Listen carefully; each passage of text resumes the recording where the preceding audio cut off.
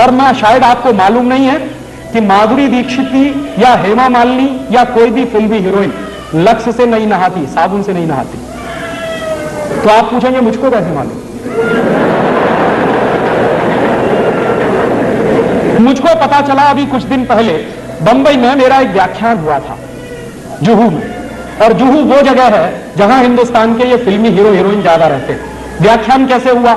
एक कोई फिल्मी हीरो है, उनका नाम है धर्मेंद्र। उन्होंने मेरे व्याख्यान के कैसेट सुने, मेरे व्याख्यान के कुछ 10 कैसेट निकले हैं, तो उन्होंने सुने और उन्होंने तुरंत फोन किया कि मैं राजीव दीक्षित से बात करना चाहता हूं। मैंने कहा मैं बोल रहा हूं।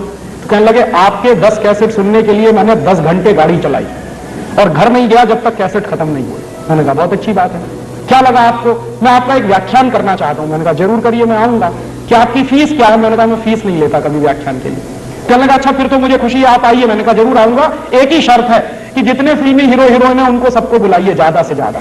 तो उन्होंने कहा मैं कोशिश करता हूं। तो क्या हुआ, उनका एक बंगला है लोनावाला में, पूना और बंबई के बीच में, वहां उन्होंने व्याख्यान रखा। मैं गया, ज्यादा लोग तो नहीं आए, कुछ 25-30 लोग आए थे। उनके बीच में मीटिंग हुई, बातचीत हुई, बहुत सारे सवाल पूछे। जब खत्म हो गए उनके सवाल तो मैंने उनसे कहा कि अब मैं एक सवाल पूछूंगा। तो हेमा मालिनी से मैंने पूछा कि आप मुझे बताओ कि लक्स से नहाती हो? नहीं। लाइफ बॉय से नहाती हो? नहीं। कैमे से नहाती हो? नहीं। लिरिल से नहाती हो? नहीं। मैंने कहा आप नहाती भी हो? तो कहने लगी नहाती तो रोज हूं। मैंने कहा फिर किससे? तो उन्होंने बताया चने के आटे में मलाई डाल के नहाती हूं, माने बेसन में मलाई डाल के नहाती हूं। तो मैंने कहा अगर आप बेसन में मलाई डाल के नहाती है तो ये बात पूरे देश को क्यों नहीं बताती? कहने लगी डर लगता। मैंने कहा क्या डर लगता? कि अगर हिंदुस्तान की सभी बहनों ने बेसन में मलाई डालकर नहाना शुरू किया तो सब हेमा मालिनी हो जाएंगे, तो मेरी तो कुर्सी खतरे में पड़ जाएगी। तो आप ये जान लीजिए कोई भी फिल्मी हीरोइन साबुन से नहीं नहाती। क्यों? उसका कारण है जितने साबुन हैं वो बनते हैं कास्टिक सोडा से, और कास्टिक सोडा शरीर की त्वचा के लिए बहुत खराब होता है। और आप ये चाहें तो प्रयोग करिए, साबुन से नहाइए, नहाने के 20 मिनट के बाद जब आपका शरीर सूख जाए तो नाखून से ऐसे लाइन खींचिए, सफेद रंग की लाइन खींचेगी। और आजकल ठंडी का दिन है, साबुन से नहाइए, 10 मिनट बाद आपका पूरा चेहरा सफेद सफेद हो जाए। क्यों?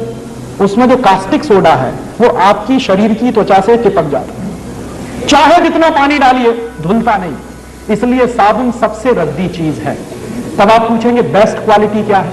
बेस्ट क्वालिटी है मुल्तानी मिट्टी, मिलती है अभी भी इस देश में, खरीद लाइए बाजार से। क्या करें उसका? मुल्तानी मिट्टी को दही में डाल दीजिए रात को, या दही की ताक में डाल दीजिए, सवेरे तक एकदम मुलायम हो जाएगी। उसको पेस्ट बनाइए, शरीर पर ऐसे ही लगाइए जैसे साबुन लगाते हैं, और नहा लीजिए गर्म पानी से, एकदम फ्रेश हो जाएंगे। दूसरा तरीका, चने का आटा माने बेसन, उसमें मलाई मिलाइए, पेस्ट बनाइए, उसको रगड़िए और उससे नहाइए। तीसरा तरीका, आप जो है अपने घर में ले आइए मसूर की दाल का आटा, मसूर की दाल होती है उसको पिसलाइए, उसका आटा बनता है, उसमें शहद मिलाइए, मध मिलाइए और उसका पेस्ट बना के उससे शरीर को लगाइए और गर्म पानी से नहाइए, आपकी स्किन एकदम सॉफ्ट हो जाएगी। चौथा तरीका, मुल्तानी मिट्टी लीजिए, अरीठा का पाउडर लीजिए, शिकाकाई पाउडर लीजिए, तीनों को बराबर बराबर मात्रा में मिलाइए, डिब्बे में बंद करके रखिए, 1 साल तक इसका कुछ नहीं बिगड़ता। नहाने के 20 मिनट पहले 1 चम्मच पाउडर 1 गिलास पानी में डाल दीजिए और उस पानी से पहले शरीर के बाल धो लीजिए, आपके बाल टूटना बंद हो जाएंगे। और फिर उसी पानी से शरीर से नहा लीजिए, आप कोई साबुन लगाने की कभी जरूरत ही महसूस नहीं होगी।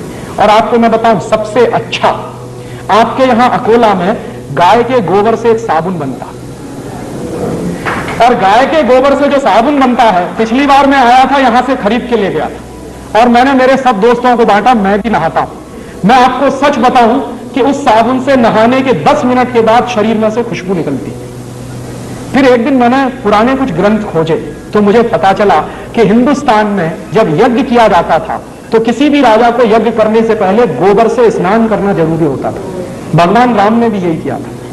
जब भगवान राम ने यज्ञ किया तो गोबर से स्नान किया था, तब यज्ञ करने के लिए बैठ पाए थे। तो शास्त्रों में इसका वर्णन है और गोबर से स्नान करना बहुत ऊंची बात है।